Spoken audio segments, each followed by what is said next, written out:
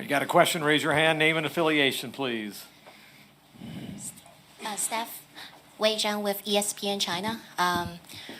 The Rockets were able to score over 116.5 points for the first two games, and this game you were able to limit them to 85.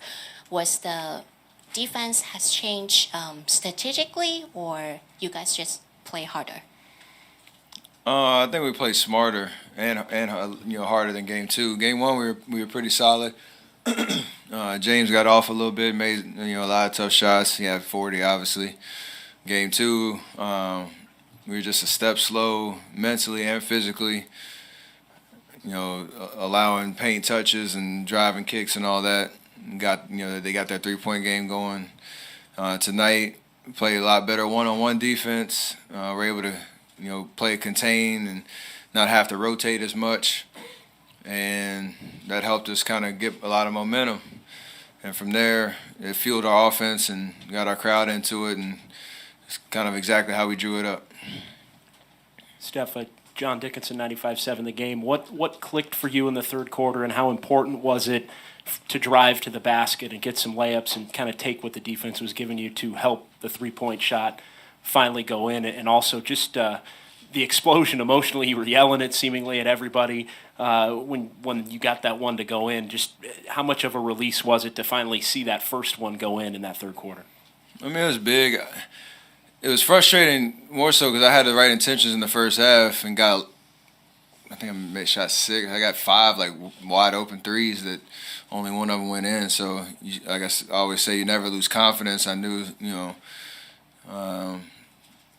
keep searching in the right ways to find some openings and things to work. Obviously, I got the first play of the third quarter and got to the free throw line on an and one and saw the ball go in, and from there was just in the right place at the right times and made a lot of shots. And I think our offense was really flowing when it comes to just hitting singles, as coaches always say, and taking care of the ball and looking for good shots on every possession.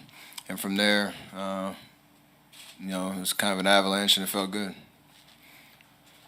Steph, over here, Chris Haynes, ESPN. You reminded everybody in the third quarter, and I'm paraphrasing that. I already know. I blacked out.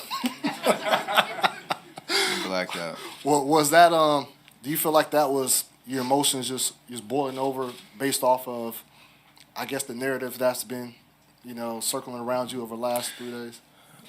A lot of it's just talking to myself almost. Like, you got to be your biggest fan sometimes. And no matter what questions I was, being asked over the first 2 games or what the expectation was, I have the highest expectations for myself. And you just got to find whatever it is to get you going. So, obviously it felt good. And you want to, use that energy to, show your teammates that you're here, you're with them, and get the crowd into it. But it's one game, and you got to have that same type of energy and intentions and focus in the next game and the right approach. So, did my job tonight. Got to do it again. Steph, Janie McCauley from AP.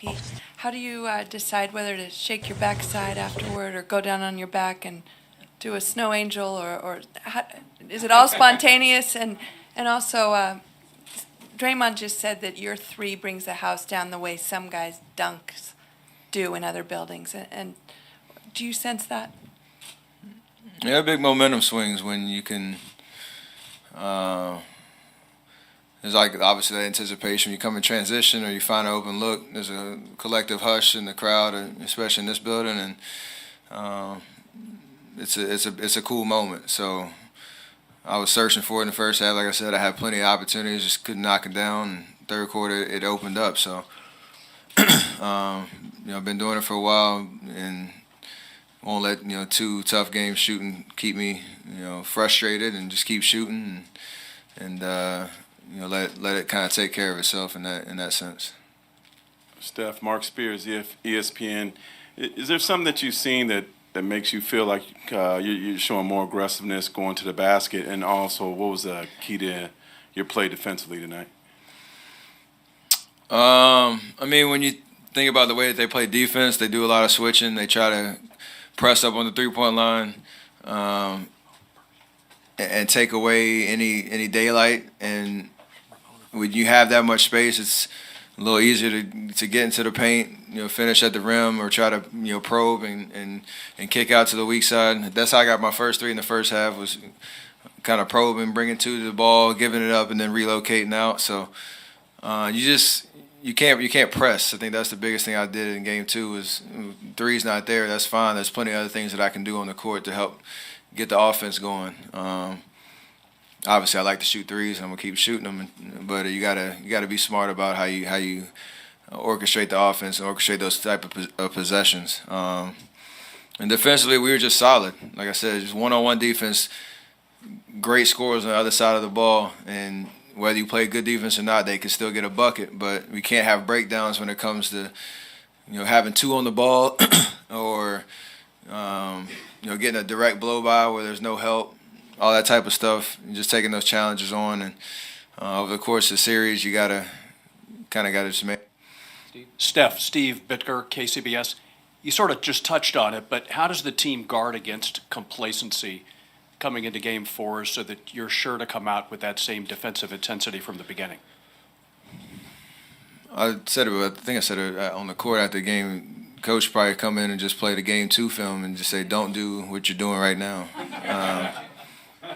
And that should be a good motivator. But I mean, a lot of people say, like our guys have said it, there's no other motivation than to wake up on Tuesday and know you're playing Game 4 of a Western Conference Finals against a great team with great players on that side of the court. So this is kind of what you work for all year, to be in these type of moments, this position.